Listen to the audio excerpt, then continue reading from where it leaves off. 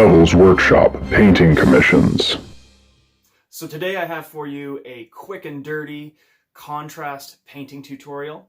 So to follow along with me, you'll want to start with some miniatures primed in white and your chosen contrast paint. So let's get started.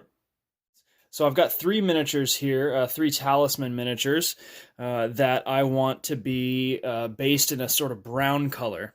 So I've chosen Fyreslayer flesh for that. It can get you either flesh tones or darker browns depending on how much you cut it with your contrast medium. On this wizard miniature right here, I'm going to contrast him in full strength with Fyreslayer flesh.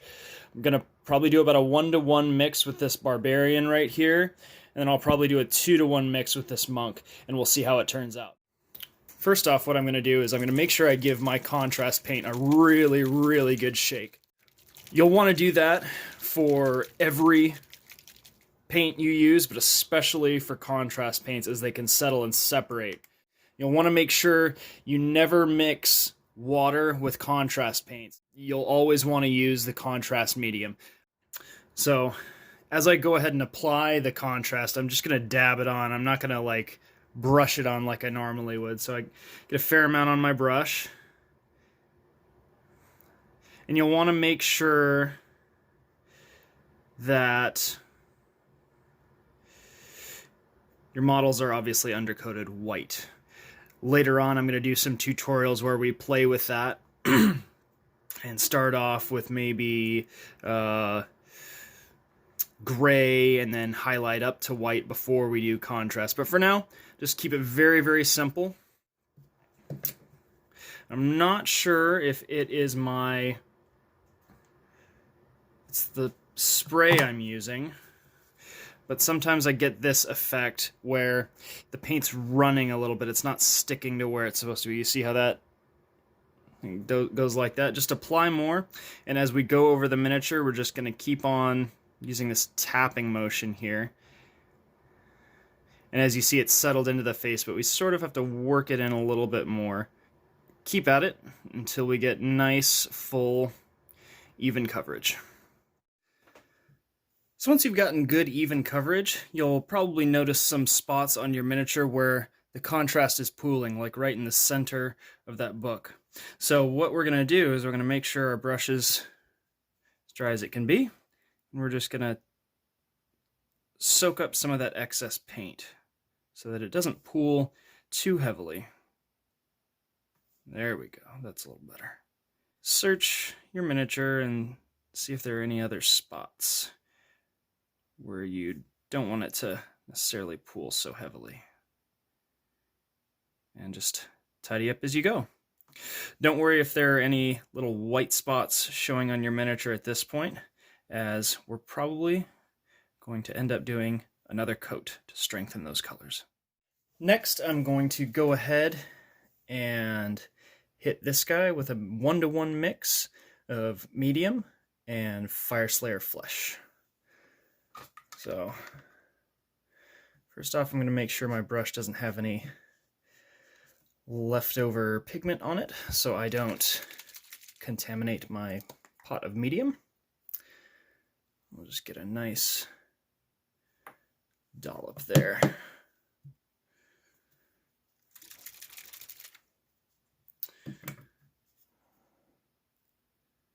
And then a nice dollop of Fyreslayer flesh. Now I'm going to make sure this is mixed real well on my palette here before I apply it to the miniature. There we go. And I'm just going to apply it in the same way I did for the wizard. Alright, finally I'm going to go ahead and do a 2-to-1 of medium to Fyreslayer flesh on this monk here.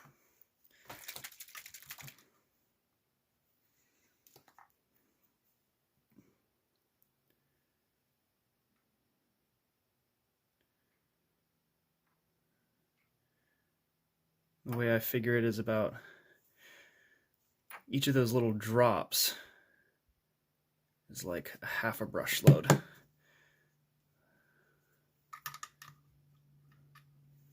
So I get a roughly 2-to-1 mix there. It should come out nice and light for his robes, just the way I want it. Mix that up real well. And we'll go ahead and start applying. So now that these are just about done drying, you can see the difference in between the different stages I've done here. So this wizard was at full strength. This barbarian here was at about a 1-to-1 mix. And this monk here was at about a 2-to-1 mix of medium and contrast paint. So just a quick recap for you. When you're applying your contrast paint, make sure you use a tapping motion with your brush. So it might feel like you have to apply an obscene amount of paint to your miniature with this technique, and you really have to work it in loads. Don't worry about it too much right now. Once you've gotten full, even coverage, you'll be able to take some of that paint off to make sure it's not pooling too heavily in the recesses. If you want to strengthen the color you have after the first coat, you can always apply a second. So a great general rule I've found is to apply 2 coats of a 1-to-1 mix of contrast medium and your chosen contrast paint. Putting down a second coat after the first one dries is a great way to catch any spots you might have missed. Overall, contrast paints are a great way to knock out basing, shading, and layering all in one step. It's both perfect for batch painting massive armies all in one go, and for newer and advanced painters to get great looking results really quickly.